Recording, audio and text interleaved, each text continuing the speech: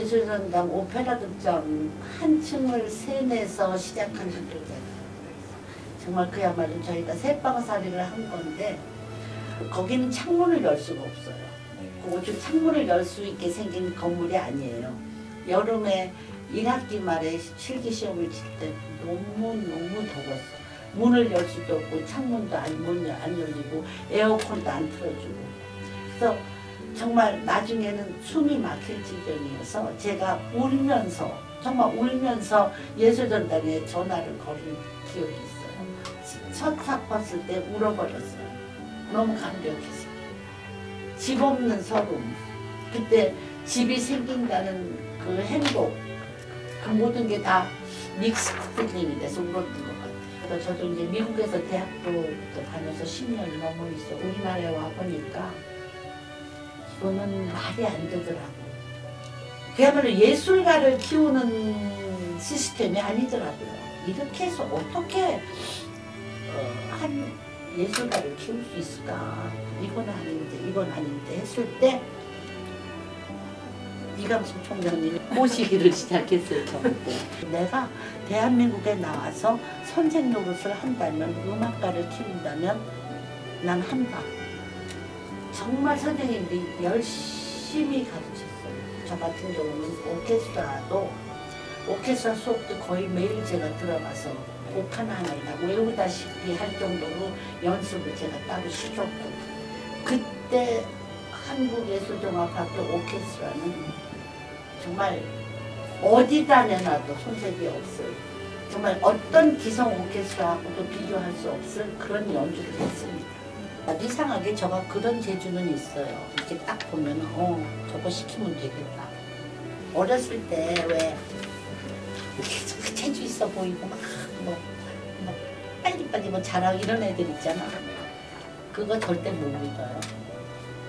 네, 그 조금 둔한 듯, 조금 느린 듯 그런 애들 있죠.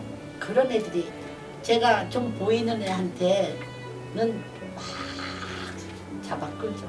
내가 너를 잡고 끝까지 잡아 끌 때 그걸 끝까지 붙들고 올 수 있어야 넌 되는 거야. 끝까지 그걸 잡아 끌지 못하는 애들이 있거든요.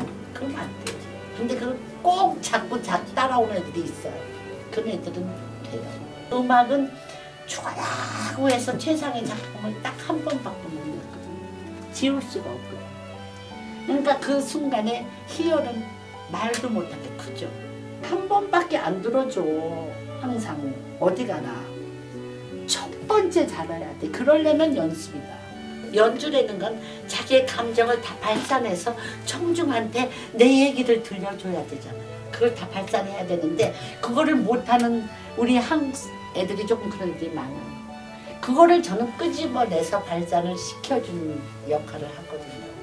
그러니까 자연히 목소리도 커지고 제가 이 늙은 나이에도 애들 앞에서 춤도 추고 막 별짓 다 해요. 내 감정만 자극한다고 사람들이 감동 안 해요. 연주가 바로 그런 거예요.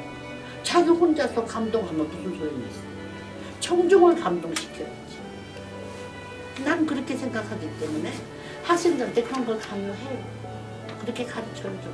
학생들 가르치는데 시간을 다 보내기 때문에 정말 전 도둑 연습하고 그랬어요. 한참 연주했을 때.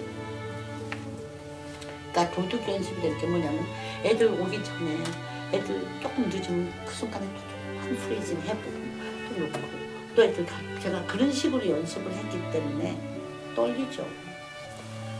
애들 가르치고 거기서 옷 갈아입고 가서 연주하고 그랬어요. 연주자로서의 삶을 거의 조금씩 포기하기 시작한 거죠. 근데 가르치는 거가 전 재밌어요. 애들이 뭐 하나 이렇게 점점 좋아지는 걸 보면 너무 좋고, 무대에서 기가 막힌 연주를 했을 때 내가 잘했던 거 하고 비교 못해요. 너무 행복하고 그 희열은 말할 수 없고, 그러니까 내 연주는 점점 포기를 했지만 우리 애들이 잘해줄 때 그 정말 행복해요. 유학을 안 가고도 우리나라에서 국제 콩쿠르를 우승할 수 있는 학생들을 만들겠다 이런 일념으로 시작했기 때문에 그거를 성취를 정말 세계적으로 25년밖에 안 된 학교에서 이렇게 많은 성과를 낼 수가 없죠. 외국에서도 국제사회에서 다 한국예술종합학교는 내가 도대체 어떤 학교냐 하고 굉장히 물어볼 정도로 정말 큰 성공을 이뤘다고 할 수 있죠. 근데 이제 문제는 그렇게 했지만 앞으로 계속 그거를 이어가야 하는데 그게 큰 숙제죠.